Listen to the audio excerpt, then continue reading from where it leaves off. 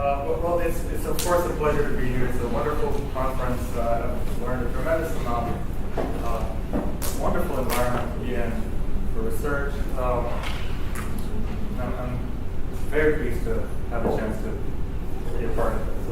I'd like to present to you different pieces of work, different joint works with various combinations of the following group.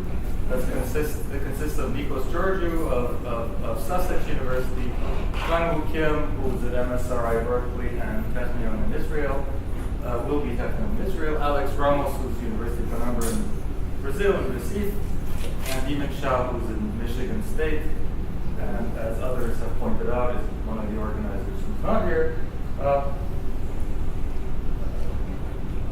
Different parts of the work are with different subsets. So this is really mostly an introduction to a subject. It's really an invitation to the subject. It's a subject that intersects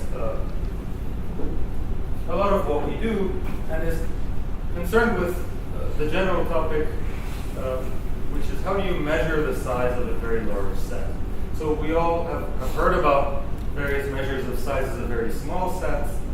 We're thinking of notions of dimension or measure or capacity or so forth and so on. Less is said about large sets, so let me say a few things in the next 40 minutes or 45 minutes about that.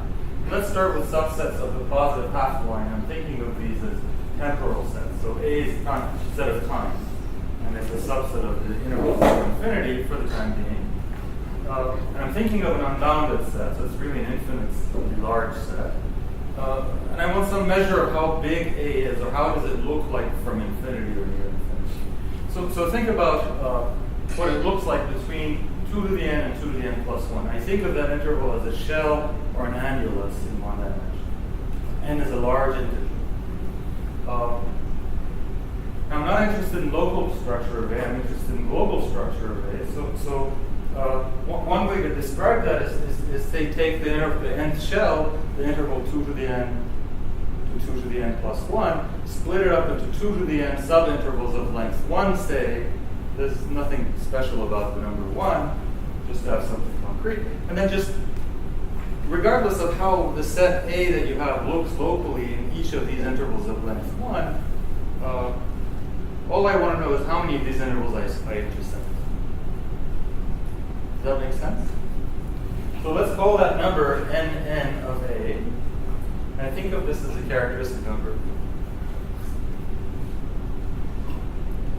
And the macroscopic dimension, or macroscopic Minkowski dimension, of any set A of this type, you can see this in, for example, a paper of Martin Barlow and James Taylor, but it's a much older notion, is officially defined as this lim sup. Formally, what it's really telling you is if you have roughly 2 to the n alpha intersections, then alpha is the dimension of the set. And this is a sort of counterpart of the more commonly known notion of Minkowski dimension for linear sets. But please note that if I take my set A, that's my favorite set A, and change it locally on an interval of length 1, say, I don't remove it fundamentally, but I change its structure. I don't change this number in n, and therefore I don't change this dimension. So it's robust under local changes in this sense, and it only presents global behavior of a set rather than local behavior. I hope that makes sense. Just as exercises, in fact, as I said, this is really an invitation to the subject, so a lot of what I'll do is I'll present exercises in various guises, and also a few theorems. But here's our first exercise. That if you take the set of all prime numbers, or the set of all natural numbers, or the set of all positive real numbers, they all have dimension 1. So, well, the positive reals, that's obvious, because every interval of length 1 is intersected. So there are 2 to the n intervals in the nth shell. Okay. The same with natural numbers. The set of prime numbers has the same dimension because the prime numbers there are the total number of primes between 2 to the n and 2 to the n plus 1 is roughly 1 over n times 2 to the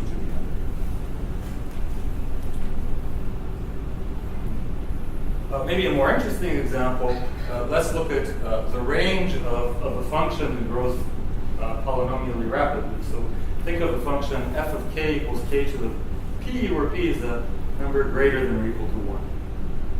Think of k equals to 2, for example. And we might be interested in the range of this function. So that's if you plot this graph, it's a discrete set. And I'm interested in the dimension of that discrete set.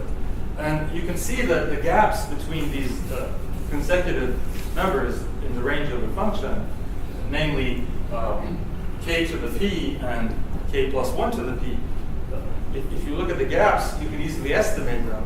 And so that tells you how many of these points you have in the nth shell. And roughly speaking, in the nth shell, that is between 2 to the n and 2 to the n plus 1, you'll have that many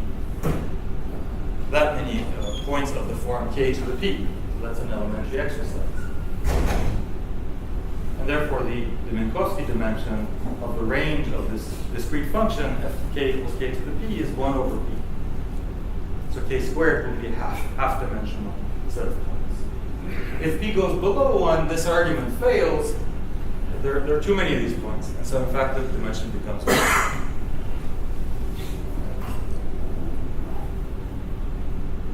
Okay, so that's another exercise. So we're thinking of fractals, but things that look like fractals at infinity, not things that look like fractals near the origin or locally. So we could talk about maybe random fractals. So here's our next example. Take a very nice random walk. Say x of n is the sum of n IID random variables. Each one takes the usual directions with equal probability in p dimensions. So you look at a zero set. So look at the set of times where the random walk hits 0. So that's a one-dimensional set. We can talk about its behavior at infinity. So if b is greater than or equal to 3, we all know such random walks are transient. So at some point you stop going back, which means that eventually, if you look at these shells, 2 to the n, 2 to the n plus 1 shells, the nth shell doesn't have any zeros in it. So the total number of points there is 0, and the way I've defined the Minkowski dimension, that tells you that eventually this n sub n of z will be 0. And so you take the log of 0 min max 1, that's log of 1, that's 0, divided by n, that's 0, take the limit, that's 0. And so eventually, actually that number is 0, particularly the lim sup of that number is 0, and so that's the dimension. So if the dimension is 3 or higher, there's nothing to discuss. This is actually a bounded set. Bounded sets have 0 dimension. Dimension 2, that's not an unbounded set, but you might imagine it should have 0 dimension, because random walks in dimension 2 don't intersect 0 very often. And so one way to prove that is a very simple estimate you can using the local limit theorem. So let's calculate n of z is the number of times the random walk hits 0 between time 2 to the n and 2 to the n plus 1. So let's calculate as moments. Number of times is the summation of an indicator. So you compute the moment, you get a whole lot of sums of joint probabilities of being 0 at various times.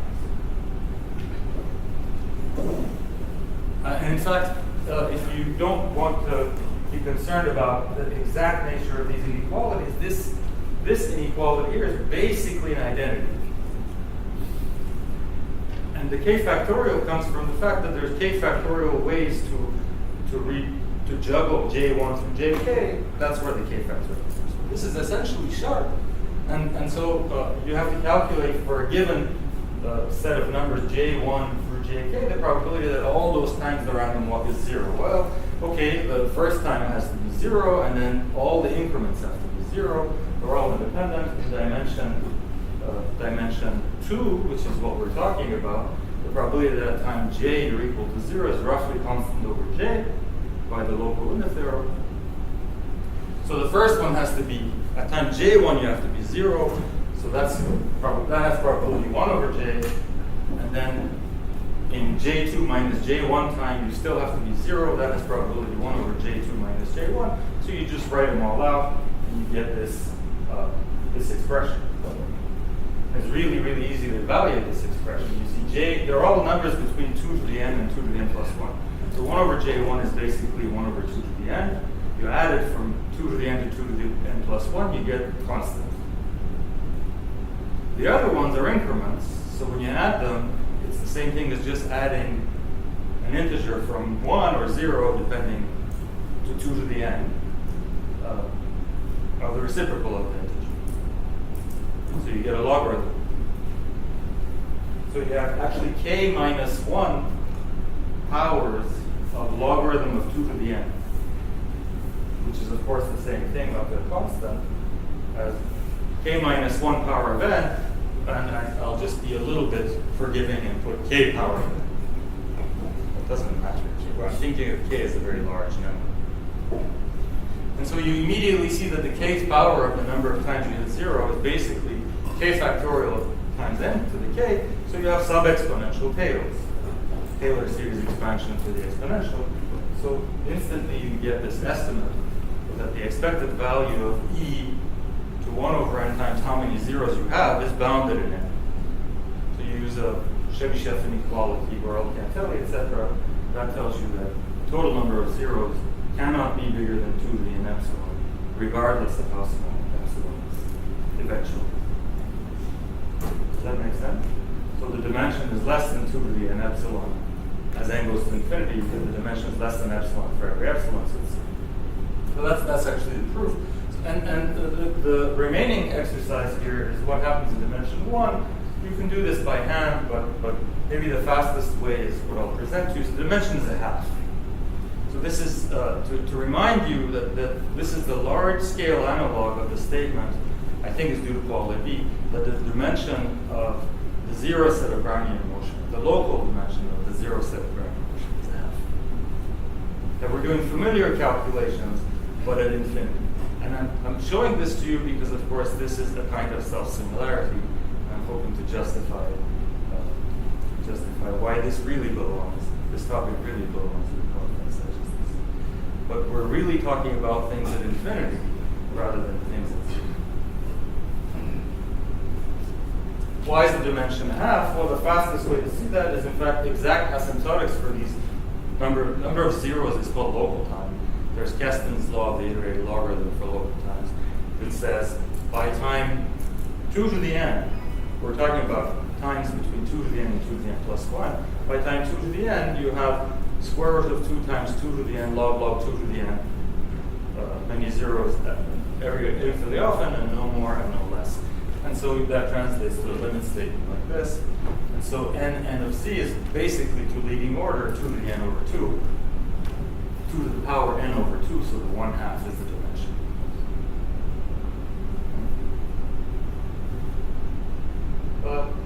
The nice thing about this notion of global dimension is that you don't care about things being discrete or continuous.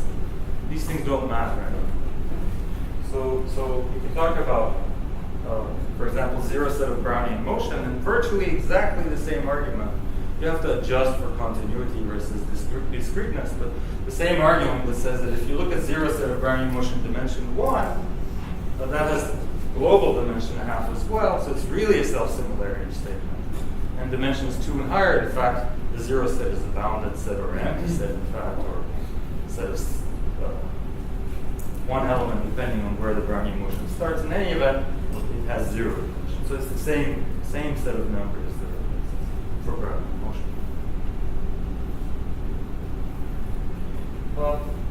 And of course, you can generalize this to d dimensions.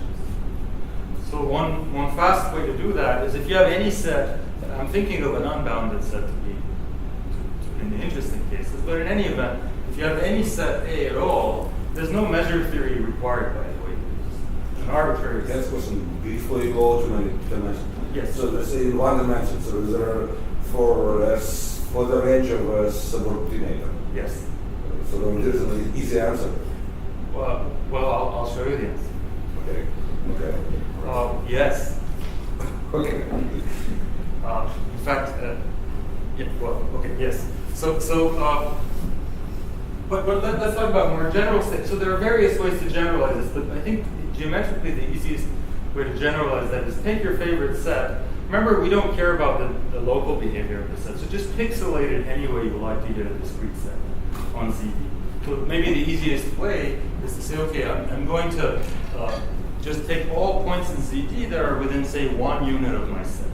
So now I have a discrete set on ZD, which, if you stand very far away, should have the same global look as my set A. There's no unique way to pixelate it. This is just so I have a unique way to tell you. But any reasonable method will give you the same dimension. Okay? And then what you do is the same thing. So now you have a set on ZD. You count how many of them are in the nth shell. So the nth shell now is everything, set of all points whose radii distance from the origin in any reasonable Euclidean distance is between 2 to the n and 2 to the n plus 1. Doesn't matter which distance you take, the dimension is going to be the same.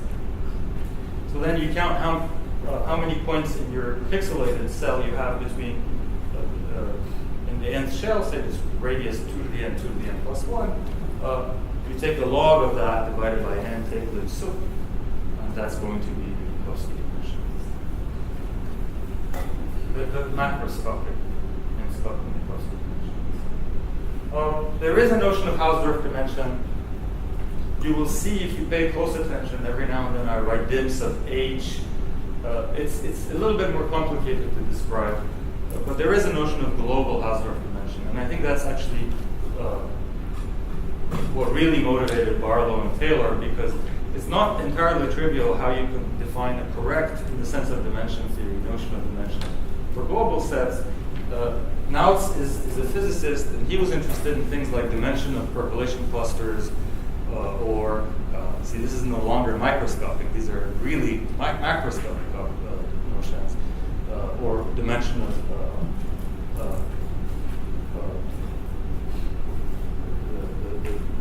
the graph of the Ising model, stationarity or something like that. And his dimension had serious flaws, and so Barlow and Taylor actually wrote a series of papers to correct that flaw. It's non-trivial, and in fact it's a little bit technical, but roughly speaking has the same flavor. You look on these very, very large shells, very far away from the origin, you construct something that looks like Hausdorff dimension, but doesn't pay attention to local behavior of the set, and then you do something global. Okay? In any event, the fact is, as you might imagine, that these global notions of dimension behave like their local counterparts. Hausdorff dimension is bigger than 0, less than Minkowski dimension, less than d. And the Minkowski dimension is the one that we like, because it's easy to just imagine what it is. We count. As another example, so of the d-dimensional setting, the Minkowski dimension of points of integer coordinates is d dimensions. These are easy exercises. Minkowski dimension of the whole space is d. A closely related answer to your question, or an answer to a closely related question, is if you take a symmetric random walk, so this is actually the main result of Mark Barlow and James Taylor, is that if you take a symmetric random walk that is sufficiently like an alpha stable process in d dimensions, there are two things that can happen. Your random walk will be transient or non-transient. By symmetric, I mean isotropic. It could be transient or non-transient. If it's not transient, I think most of you know that typically what happens is it fills space, and so we know what the dimension of the range is. It's everything, so it's d. So we're interested in the transient case. In the transient case, what they prove is that the dimension of the range of the walk, Minkowski or Hausdorff, doesn't matter, is alpha. This should remind you of the theorem, I think, of Henry McKean from the 50s or maybe 60s, I don't remember, 50s, I think, that the microscopic Hausdorff dimension of the range of a stable process is alpha in the transient case. So the same is true for random walks globally, macroscopic. And in fact, it's also true for real alpha stable processes, that the range of a transient alpha stable process, isotropic, is also alpha. Yes? Yeah, one thing bothers me about the definition is that the set clusters, you use these inner intervals of length 1, so if it has some more global clustering behavior that is noticed in the dimension. That's the whole point. You don't want to notice it. You know, Yes. but it is noticed in the Hausdorff. But not the Hausdorff dimension with a capital. That has the same flavor as the Minkowski dimension with. The whole point is you do not want to be disturbed by local structure. What I'm really trying to imagine is if I draw my set and I go very far away, this is an infinite set, and I go very far away, I won't see the local structure. I just see the global structure, and I want to describe just that. I don't want to be bothered by. So, for example, if I take a very large set or a very small set and add locally, a whole bunch of points, I shouldn't see the difference in the global. So that is the whole point, is that we don't want to be bothered by local structure. Yes. So in the recurrent case here, you know the dimension of the zero set. Yes. Is it 1 over alpha? Yes. For nice random points. Nice. Yeah, but that's not in that paper. But yeah, that's true. That's a consequence of something I'll show you. That's really related to beginners.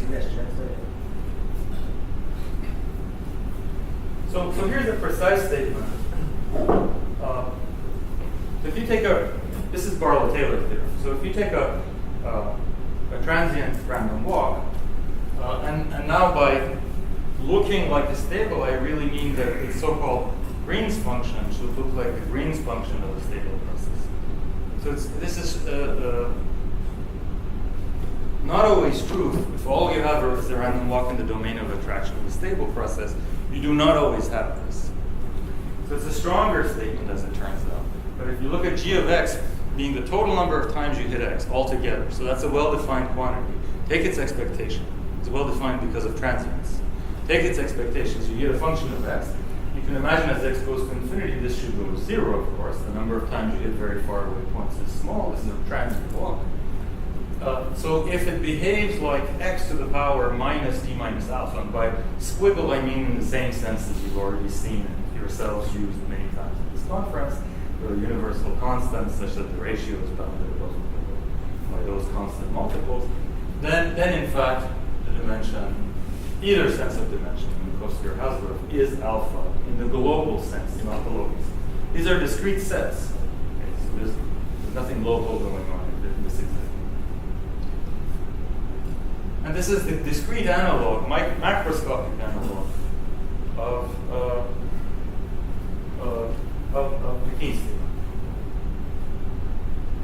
And in fact, the same theorem, I don't think they have it in their paper, but you do what they do for the continuous case. You see that if you have an isotropic alpha stable process that's transient, that means. Do you want D plus alpha minus alpha?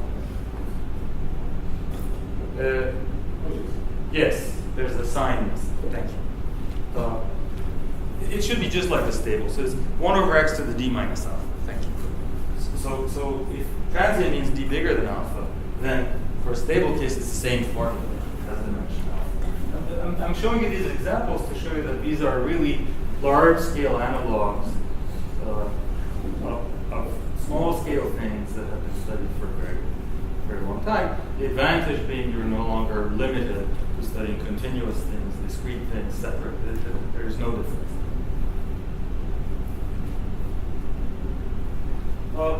And one of the things that they asked for, now it's very, very closely related to Guérin's question, is if you have a general random walk, what's the dimension of the range?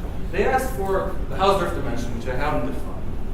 There is now an answer, and this is, I won't show you the answer. It's available in the X archives if you want to scare yourself by looking at this answer.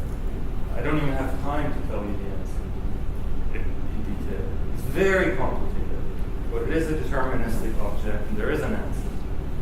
But there's a wonderful answer, which I can't tell you very quickly, for the Minkowski dimension. It's not the same answer for the range of an arbitrary random walk. And that will answer both questions that were asked about the zero sets as well as subordinators as well as anything else that you want. This is in joint work with Nikos Georgiou, Kunwoo Kim, and Alex Ramos.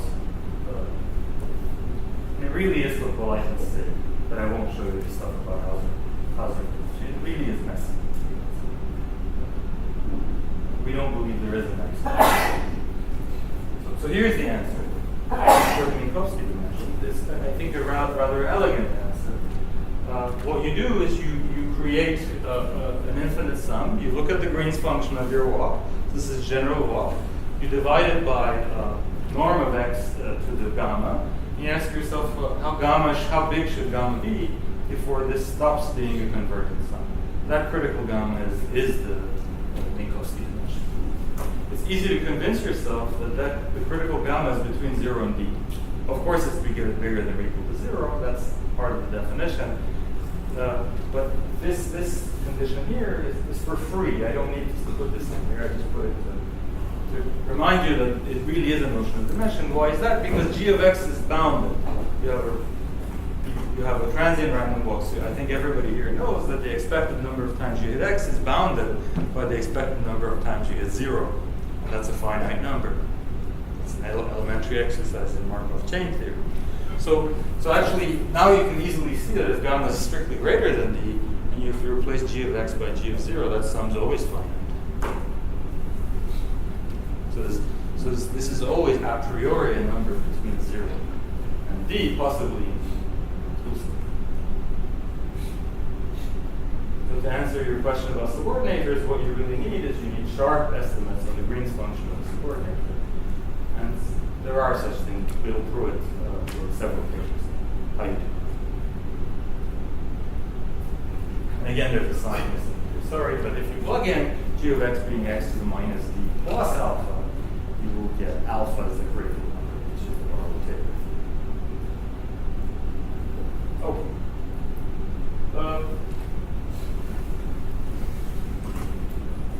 So this is a good place to ask some open questions. I don't know how hard the first one is. I know how hard the second one is. So let's start with the first one. The first one is if you have a general Levy process, or D, let's say transient Levy process. So we all know what the necessary sufficient condition for that is, but let me just remind you that the necessary sufficient condition is that 1 over the real part, or is the real part of 1 over.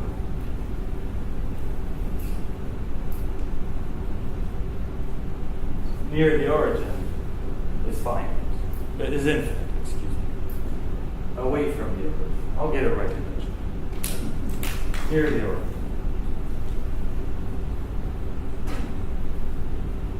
For transients, it's finite, infinite. Did I get it right? I think I got it. So that's a theorem of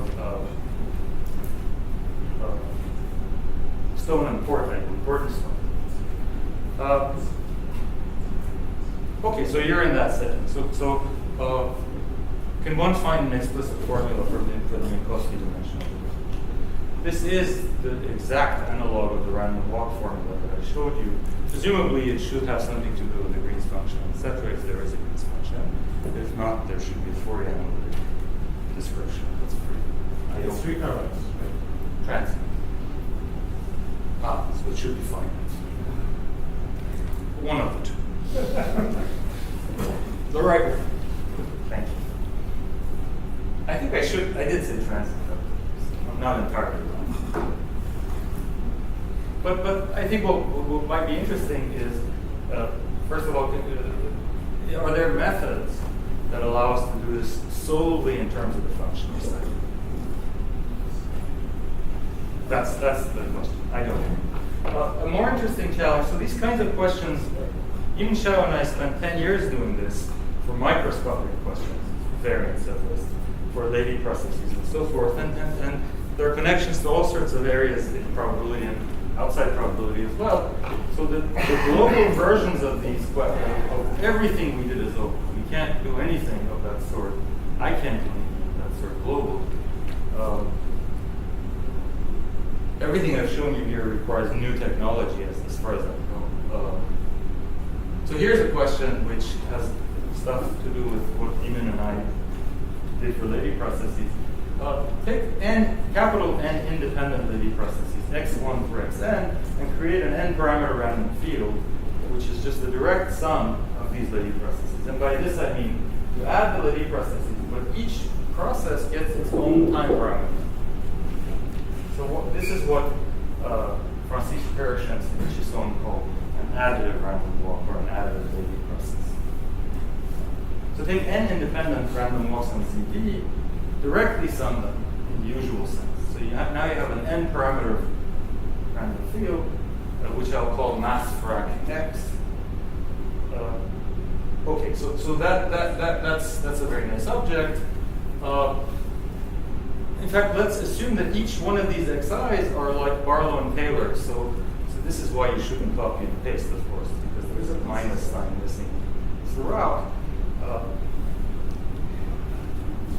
It should be minus d plus alpha, just as it was throughout previous parts of the talk.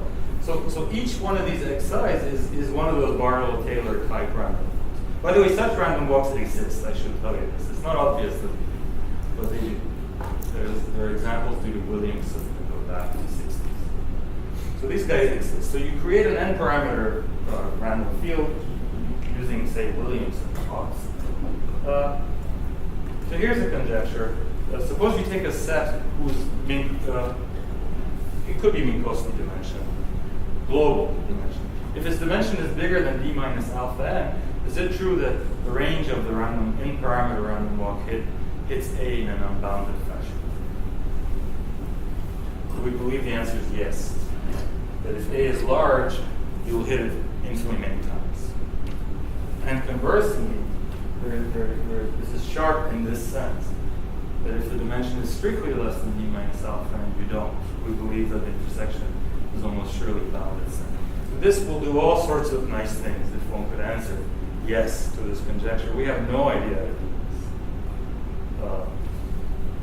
The local versions of this are good ideas, but the global version is completely open. This has consequences for ordinary random walks.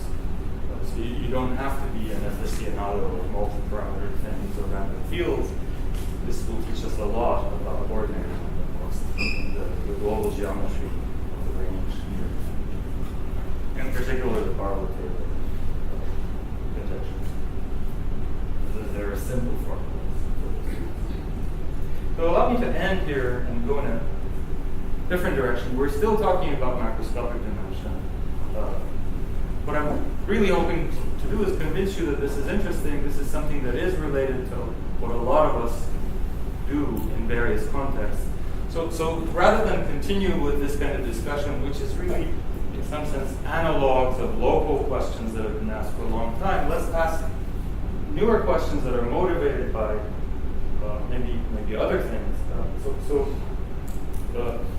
consider Brownian one-dimensional Brownian motion.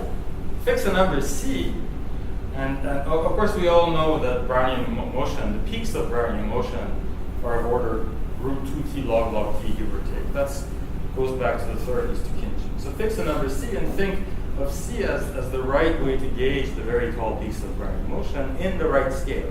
The scale being this square root of 2t log t function. So I don't want to keep thinking about square root of 2t log t. That's just some scale. What I'm really thinking about is the parameter c that I'm turning. As c increases, this set becomes smaller. As c decreases, this set becomes larger. Once c is 0, well, that's pretty much everything, or half the times are covered, and so forth. Okay, so does that make sense what I'm trying to do? And look at the set of times where you're above this curve at the level c that you've decided to turn your knob. So that's a random set between 0 and 1. We all know Kinchin's law of the iterated logarithm, that if you look at one-dimensional Brownian motion, the lim sup of bt over the right level curve is 1. It's a very well-known result. We all teach it for our students. Another way to say that is that the critical c, there's a notion of criticality here, that c equals 1. If c is greater than 1, this set of times where you exceed the curve is bounded. Eventually you stop crossing this curve. If c is less than 1, the set is almost surely unbounded. Does that make sense? And so that's another way to interpret Khinchin's theory. Is that you have this family of sets indexed by number C, and something interesting happens at C equals 1. In fact, it's even known what happens at C equals 1. This is due to the theorem of Paul-Lévy. That at C equals 1, the critical law of the area logarithm curve also is crossed infinitely many times. In fact, a lot more is known. All sorts of curves that are and are not crossed infinitely many times. There's a huge literature on this. For Brownian motion, Kolmogorov thought about these questions. Levy, many people thought about these questions. This is part of really classical part of our subject. This is just one glimpse of this part. There's a nice theorem of Strassen, which says that if you look at the case C less than or equal to 1, so the set is now unbounded. But in fact, not only is it unbounded, it has a density in the usual sense of Lebesgue. So this is an unbounded set. So you take a number n, and you look at the Lebesgue measure of the set between 0 and n, and divide that by n. That has a lim sup, and the lim sup is this very beautiful formula.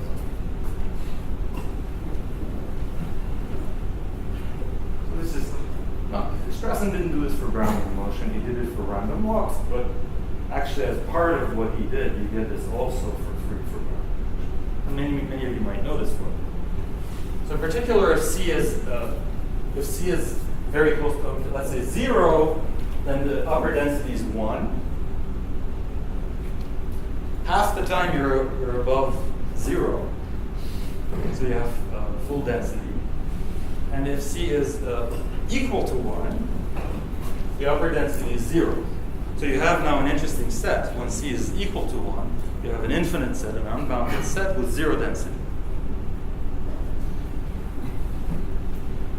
Okay, so it's easy to deduce from Strassen's theorem, for example, that if C is less than 1, because you have full density, you have full dimension.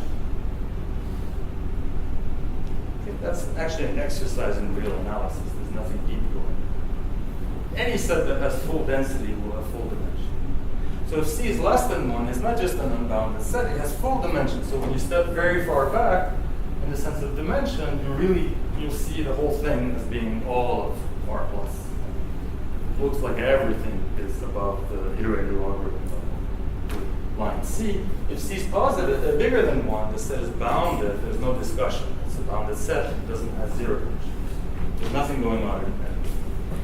So the only part of this example that I haven't resolved is what happens at C equals.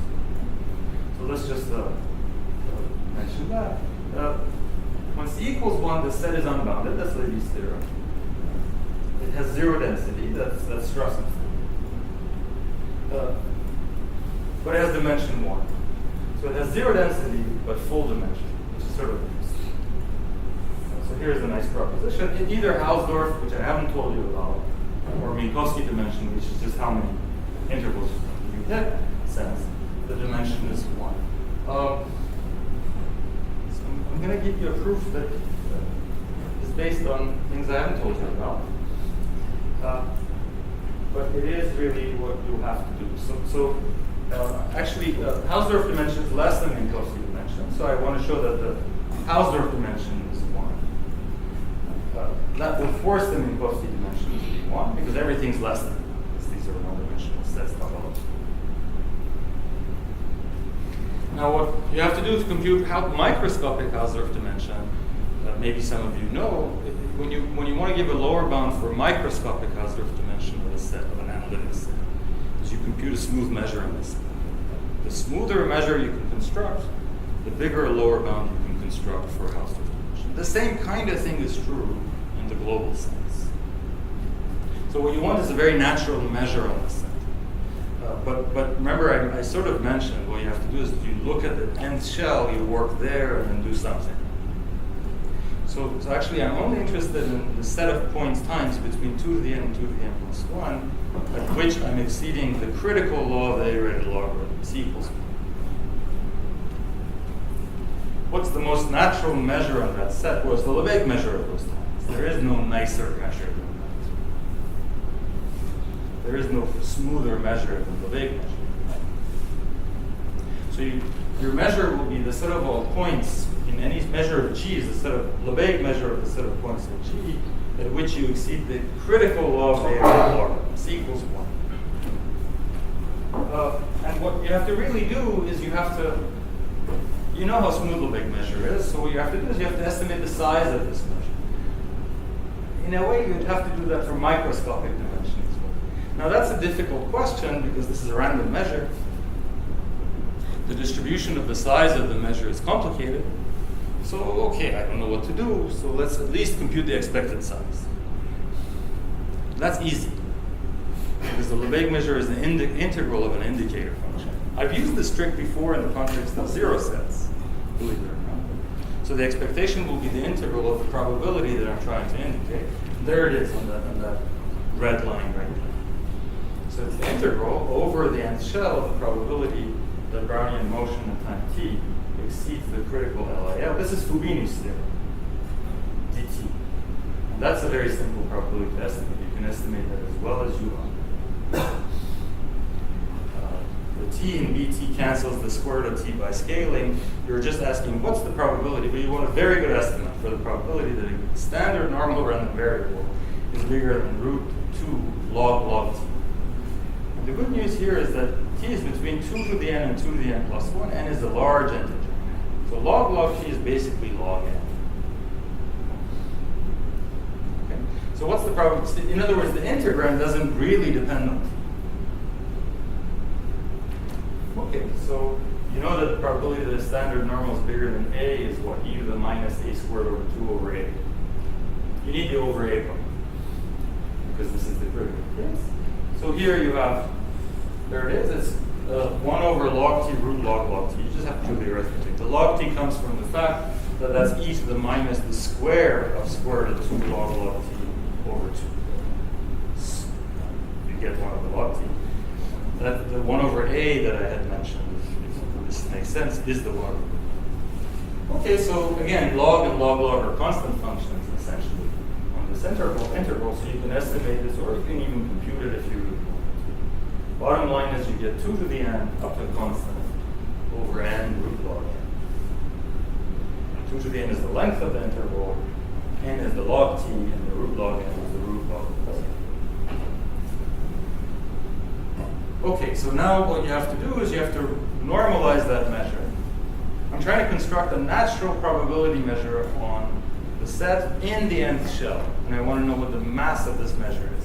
So I want to normalize it, and the way you normalize it is you normalize it by the Lebesgue measure. So the 2 to the n is just the normalization factor. What you have to really look at is 1 over n root log n. That's what we're doing. And now there is no concentration. It's not true that variance is small, therefore this random variable looks like it's mean. That's just false. But what is true is that for most integers n, it does look like it's mean, in a certain sense. So there is a averaging phenomenon.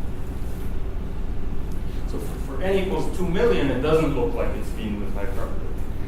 But if you look at all n between 2 million and 5 million, the set of points where it really differs from its mean, it has very small density. And that's good enough.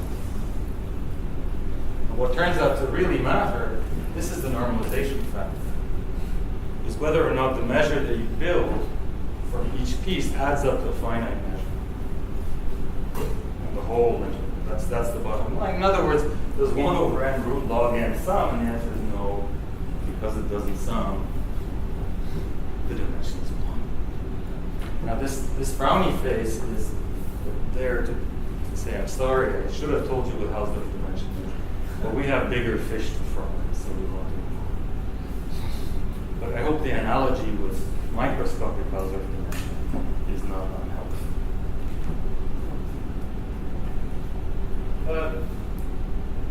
Now here's an interesting observation, is that for microscopic sets, if you take a set and apply say a Lipschitz function, by Lipschitz function, so Lipschitz function with the Lipschitz inverse, you don't change the Hausdorff dimension. I think everybody knows that. And in this business, globally, that's just false. You can go in, you can not change it, you can increase it, you can decrease it. There's no formula whatsoever. Because Lipschitz maps can really change the global structure. So the map that we're interested in is the logarithm, which shrinks things. The derivative of logarithm at infinity is 0. So if you take a very large set and take its log, you really shrink it. So the geometry of infinity changes when you take the log in principle. So probabilistically, that's a nice map. See, that's the map that takes Brownian motion to the Ornstein-Uhlenbeck process. So here's the Ornstein-Uhlenbeck process. B is Brownian motion. Everybody knows this thing there, right? It's a mean zero Gaussian diffusion with covariance between times S and T being e to the -1/2 absolute value S minus. Please remember that we're interested in global behavior, not local behavior. So globally speaking, you're looking at points that are far apart. So if you look at 2 points S and T that are far apart, they're almost in half. The Ornstein-Uhlenbeck process globally looks like white noise. It's very different from Brownian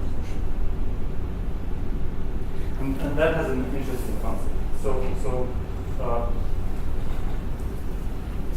Of course, the law of the A-ray logarithm for Brownian motion is not very different than for Ornstein-Uhlenbeck. You just manipulate things a little bit. And you see that exceedance set of level C for Brownian motion, that's our friend up here. The first line right here. That's the object we've been looking at. Instead of all large times where Brownian motion is over C times log of the iterated logarithm, that's the same as log of all times, such that the Ornstein-Uhlenbeck is bigger than √2 log. Right?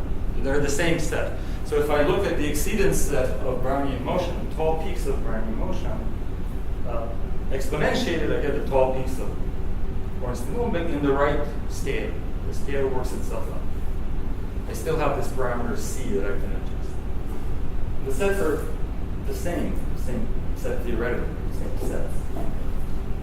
So I'll denote that by Lx of Cx being the Ornstein-Uhlenbeck. They're the same set. So they're unbounded together and bounded together. So in particular, the peaks of Ornstein-Uhlenbeck are unbounded. There are infinitely many peaks if and only if C is less than or equal to that. I'm not saying anything. This is real variable stuff. But they don't have the same Hausdorff dimension, or Gaussian dimension. And in fact, something interesting happened. So what we saw for Brownian motion was that these peaks, if you look at peaks of Brownian motion in the sense of dimension, they're uninteresting. Either they have 0 dimension because you don't have bounded peaks. After a while, you don't have peaks. Or they have full dimension. That's what I actually proved for Ornstein-Uhlenbeck, something much more interesting is that if you look at peaks of different heights, you see different dimensions. So if you look at peaks, either Hausdorff or Microscopic doesn't matter. The dimension of peaks of order C is 1 minus C squared. And this is the analog, macroscopic analog of multifractality. So this is the simplest non-trivial example I know of a very nice process that actually produces large-scale multifractality. If you cut it at level C, you see Hausdorff dimension ½ for the right C. You cut it at some other level C, you see Hausdorff dimension ¼ which really tells you there are far fewer peaks of this height than this height. They're not the same peaks at all. Right? There are many peaks that are this height, but there are many more that are here in the sense of dimension. There are very different peaks. So it's peaks within peaks within peaks within peaks within peaks. And you already see that for Ornstein-Uhlenbeck processes. This actually answers in the negative a question of Greg Lawler. That's how we got into this business. His question was, are multifractal phenomena the same as intermittent phenomena? The answer is no. I have defined intermittency, but the answer is no. So do I have 5 minutes, 10 minutes, something like that? 5 minutes. How much time? Kind of slightly negative on time. Negative 5 minutes? Okay, so but can everybody would. may I show you one theorem about stochastic PDEs? Yes, not 5 minutes. In fact, what motivated all this is a stochastic PD of this type. So you're looking at the heat equation. This C is space-time white noise. Think of sigma as either sigma of A equals A or sigma of A equals 1. Just two examples. Okay? And our real motivation in this, the reason we got into this business, was that there are all sorts of conjectures about how when sigma of A equals A, the multiplicative nonlinearities, this thing is supposed to produce tall peaks. So let me just finish with some simulations and a theorem. Okay, so I'm sorry I can't do this correctly. On the left, you're seeing sigma of u equals a constant times u. On the right, you're seeing simulations of sigma of u equals 1. Sigma of u equals u and sigma of u equals 1 look the same because time is only up to 1 over 1,000. All PDEs locally look like linear PDEs, is what I'm telling you. But if you increase the level of the noise, instead of c, you put in a large number times c. So in other words, sigma of u equals 10u, or sigma of u equals 10. Then they start to look different. This is sigma of u equals u times a constant. This is sigma of u equals a constant. This is the Gaussian process. And what you're seeing is that if the standard deviation of the noise is 10, not 1, all of a sudden it starts to look multifractal. There are peaks, very tall peaks, over here, order of 1,000. Not so many there. There are peaks within peaks. You might not see it, so let's increase the standard deviation of the noise. Now it's really starting to look multifractal. This is the height is 10 to the 14 times 25 or something in this simulation. This is up to a time 1 over 1,000. It should look like linear. So anyway, let me just tell you a theorem. For the linear one, for the Gaussian case, if you look at peaks of order c in the right scale is constant times root log x. The Minkowski dimension is 1 minus root pi over 2c squared. It's 1 minus c squared. So it's just like Ornstein only. So this Gaussian. And for the other one, which is called the parabolic Anderson model, it's 1 minus c to the 3 halves. So in all cases, you're seeing multifractal behavior, but on different scales. You might notice the scales are different because the peaks, I have logs everywhere. So actually for the nonlinear one, the tall peaks are of order e to the c times 3 halves power, 2/3 power. But in the right scale, you're seeing multifractal behavior. I'm sorry I ran over time. It's been a good one.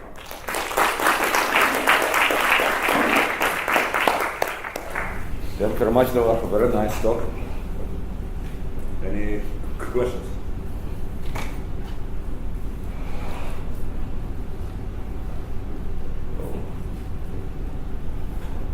I wanted to complain. I don't know how many of you have noticed. At some point, Davar changed. Actually, he was not consistent. Since when he was talking about some random sets when the Brownian motion exceeded, some curve. If you want to go back? No. Because at some point t was bigger than 8, and then t suddenly became That's bigger deliberate. than 100. Oh, you noticed that? That was deliberate. At the time I wrote my slides, I thought that was funny. But the reason is that it shouldn't matter because all you care about is behavior. Okay, all right. It was dishonest. But anyways, so what was the question I had? With the regular Hausdorff dimension. So there is this, you can make notion more precise. You can go, instead of a number, you can add like a function, some function to it, right? You can get a Hausdorff measure, right? Is there such a thing in the microscopic? Yes, so the Barlow-Taylor have a theory which has general, it's not an exact parallel, but in fact there is a measure type object. There is a capacity you can produce on ORIE, which describes a family of capacities, which describes, yes. So then one could distinguish the dimension 1 for c equal to 1 from dimension 1 for c less than 1. In some cases, problem by putting in more refined measures. Yeah, okay. Yes. For local times, there is a construction of the zero set, the local times zero set, as Hausdorff dimension of that set for Brownian motion for all the processes. What would be the analog here? Because the local time. Well, there are no intrinsic. There is none. Proof. It's equivalent to saying, for those who might know, that the capacitory measure is unique in the local sense. It's provably non-unique. Okay, any other questions? All right, so let's take Davar once again.